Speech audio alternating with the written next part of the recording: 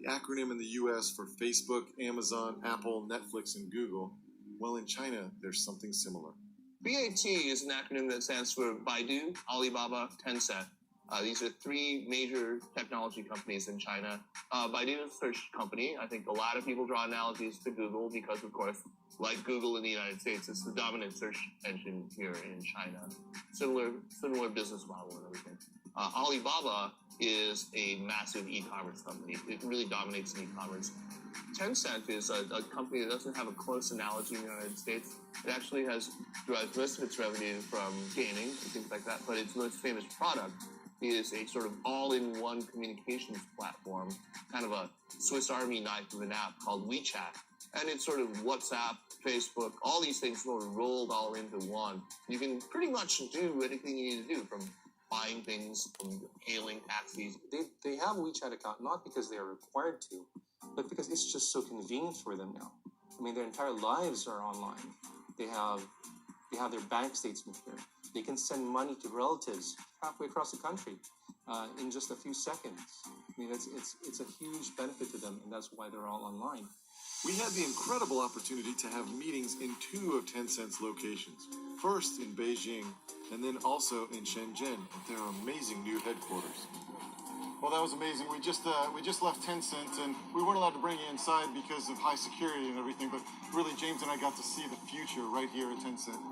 Yeah, this place is tighter than Fort Knox. They've got high-tech, cool stuff. But the thing, Steve, that you just said that struck me a minute ago is that this could have been Google. This could have been in Silicon Valley. We walked in, we're greeted by an AI robot.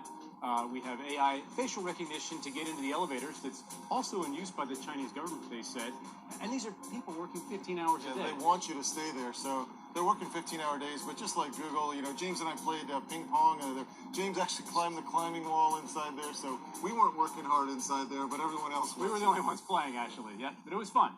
I told you about how tech companies like Tencent and Baidu are up as much as 50,000% since 2004. But it's not just the tech firms that are soaring. Look at some of these real estate and construction firms that are making people simply extraordinary gains. China Fortune Land Development soared more than 8,000% beginning in 2003. China Overseas Land and Investment also soared roughly 8,000% beginning in the year 2000. China Resources Land soared more than 6,500% beginning in the year 2000. Country Garden Holdings soared 1,400% beginning in 2008. The list goes on and on and on. People now talk about a new crop of companies that are coming up. Many of them, not all of them yet listed. TMD is the new acronym that you'll be hearing a lot about. Toutiao, which is an AI-driven news site, which is massive. The actual company is called ByteDance, but their flagship product is Toutiao. Meituan is another one, which is a sort of online services platform. O2O, as it's called in Chinese, where you can do everything from book seats in restaurants, order takeout, or buy movie theater tickets, or get discounts on things, group buying. It's enormous.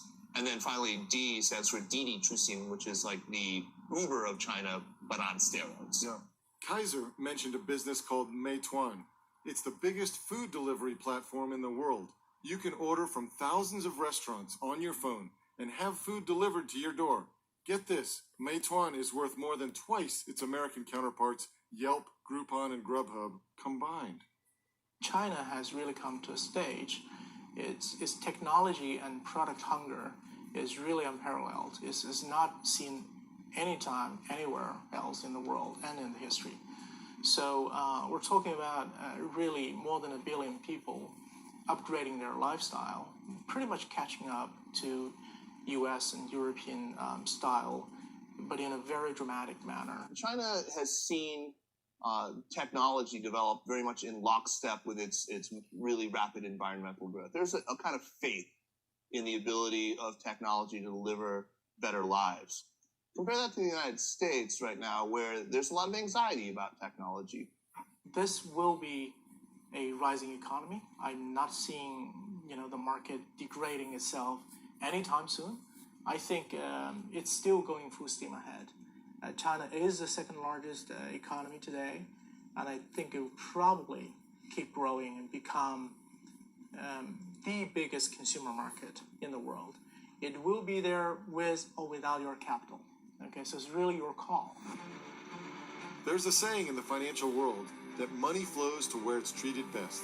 And right now, the best place to build and grow wealth is unquestionably in China, which is why the smart money is moving here.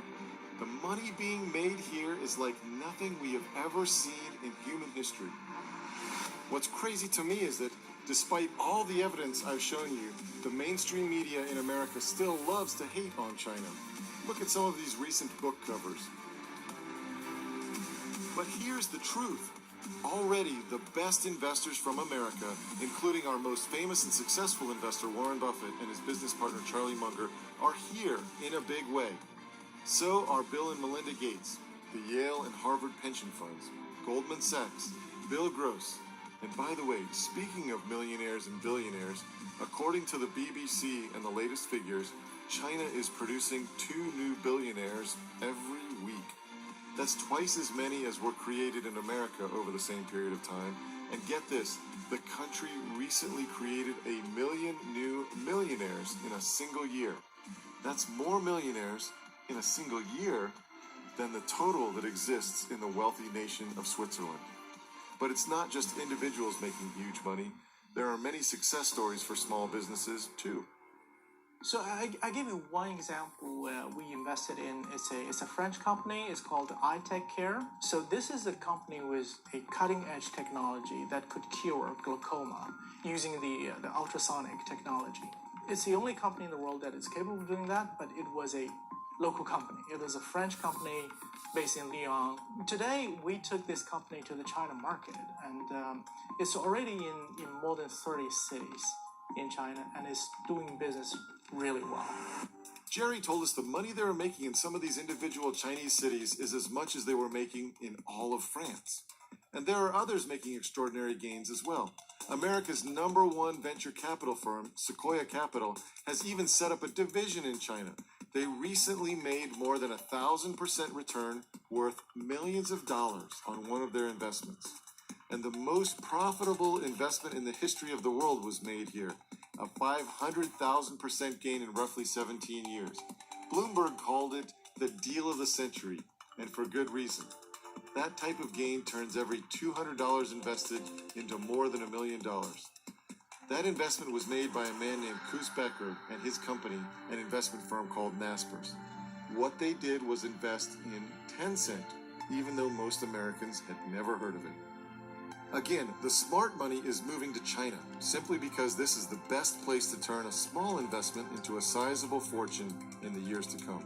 And I left the U.S. for China, where I am. To a sizable fortune in the years to come. And I left the U.S. for China, where I am right now, because frankly, in all my life, I have never seen such wealth creation happening in the size and with the speed that is happening right here, right now in China.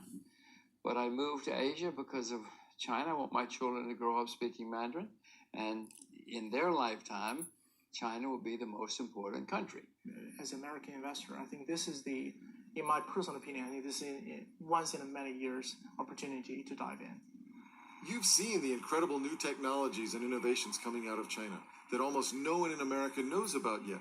I've told you about the huge economic tailwind of this market, how another 300 million people migrating to cities and moving into the middle class will create the biggest consumer market in history. And I've told you about how so much of the smart money is already in China. But there's a huge part of this story that I haven't even mentioned yet. In fact, it's what got me so interested in China just a few years ago.